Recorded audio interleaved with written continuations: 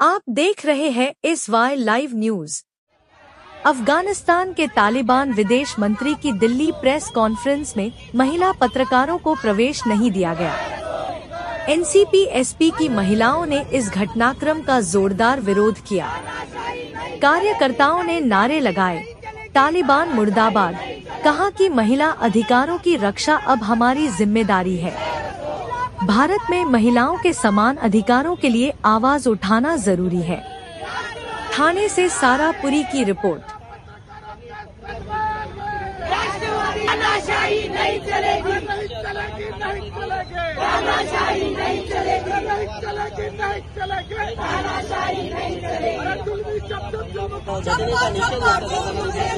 गेल्या आठवड्यामध्ये तालिबानी आपल्या देशामध्ये आले आणि त्यांनी आपल्या देशाचे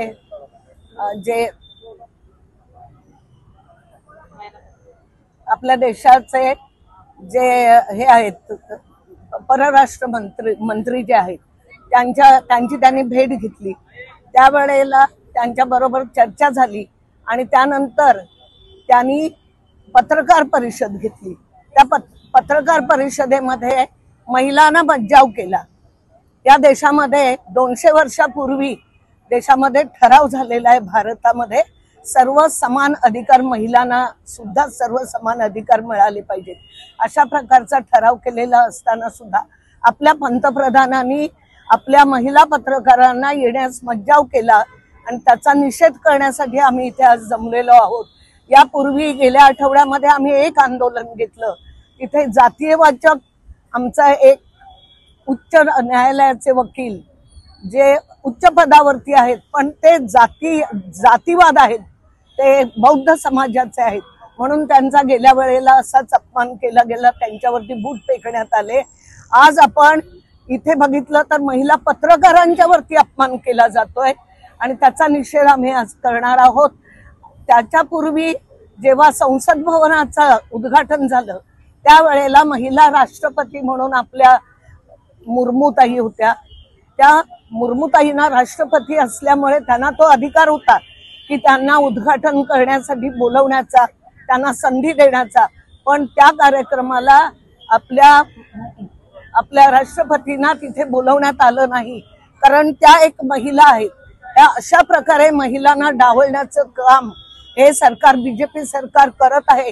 जातीयवादाने भरलेलं हे सरकार आहे आणि या सरकारमुळे महिलांचं पुढचं आयुष्य फार धोक्यात आलेलं आहे। कुठेही महिलांना यापुढे स्थान तिथे मिळेल असं वाटत नाही। जर राष्ट्रपती आदिवासी आहे म्हणून तुम्ही जर त्यांना संधी देत नसाल तर मग ह्या देशामधले जर सर्वोच्च न्यायमूर्ती आहेत, सर्वोच्च पदावरती बसलेल्या त्या माणसाला तुम्ही न्याय देत नाहीये तर इतर महिला, इतर जातीतले जे लोक आहेत त्या लोकांना तुम्ही कसा न्याय देणार?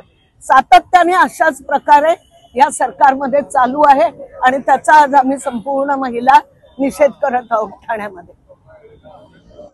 शुक्रवारी जी पहिली पत्रकार परिषद तालिबानी परराष्ट्रीय मंत्री मुत्तकी यांनी घेतली, त्या पत्रकार परिषदेत जेव्हा महिला पत्रकारांना निमंत्रण नाही दिलं गेलं किंवा त्यांना त्या पत्रकार परिषदेत सामील करून नाही घेतलं, त्याच दिवशी हे जे भाजप सरकार आहे त्यांनी महिलांचा अपमान केलेला आहे। त्याच्यानंतरची जी दुसरी प्रेस कॉन्फरन्स घेतली ती म्हणजे काय आहे, पहिले तुम्हीच जखम द्या आणि मग त्याच्यावर मलमपट्टी पण तुम्हीच करा, तो प्रकार आहे आणि ते करायला हे बीजेपी सरकार नेहमीच पुढे असतं। जी पहिली पत्रकार परिषद झाली आपल्या भारत भूमीमध्ये झाली, त्या पत्रकार परिषदेला जेव्हा महिलांना डावललं गेलं त्या दिवशी आपल्या सरकारने तिकडे भूमिका घेऊन ती पत्रकार परिषद रद्द करायला हवी होती, पण तसं काही करण्यात नाही आलं। एक शब्द देखील उच्चारला गेला नाही त्या दिवशी। म्हणजेच काय तर हे सरकार हे महिला द्वेषी आहे, महिलांचा तिरस्कार करणारं आहे। महिलांना जो आमच्या संविधानाने समान अधिकार दिला आहे त्या संविधानाचा अपमान करणारं हे भाजप सरकार आहे। लोकशाहीची कुठेतरी गळचेपी होत आहे। त्यांच्या प्रत्येक कृत्यातून हे दिसून येतंय की हे जे सरकार आहे ते मनुवादी वृत्तीचं आहे। मी माझ्या सगळ्या माता भगिनी मैत्रिणींना हे सांगू इच्छिते की त्या दिवशी त्या होत्या, उद्या आपण असू. आत्ता जर ह्या वृत्ती विरोधात आपण एकवटलो नाही, सगळ्या महिलांनी ह्याच्या विरोधात आवाज उचलला नाही, तर पुढे येणारे दिवस आपल्यासाठी अतिशय विकट असतील. ही जी मनुवादी वृत्ती आहे ती दबक्या पावलांनी उंबरठ्यावर येऊन पोचलेली आहे. त्याला चिरडण्याचं काम आपल्या सगळ्या महिलांना करायचं आहे.